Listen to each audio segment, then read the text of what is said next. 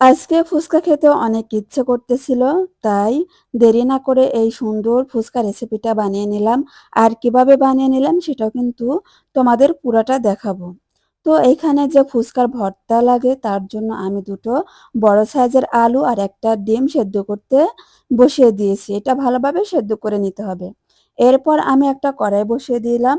এটা কড়াইটা একটু গরম করে নিয়ে এর ভিতরে দিয়ে দিলাম আস্ত জিরে আর দুটো শুকনো মরিচ। এই আস্ত জিরে আর শুকনো মরিচ আমি ভালোভাবে ভেজে নেব। আর দেখো এইদিকে কিন্তু আমার আলুটা সেদ্ধ হয়ে গিয়েছে। আর আমি এর খোসা ছুলিয়ে নিয়ে এবার এটা আমি চটকে নিচ্ছি। চটকে নিয়ে এবার যে পেঁয়াজ আর কাঁচামরিচ আছে সেটা লবণ দিয়ে ভালোভাবে চটকে নেব।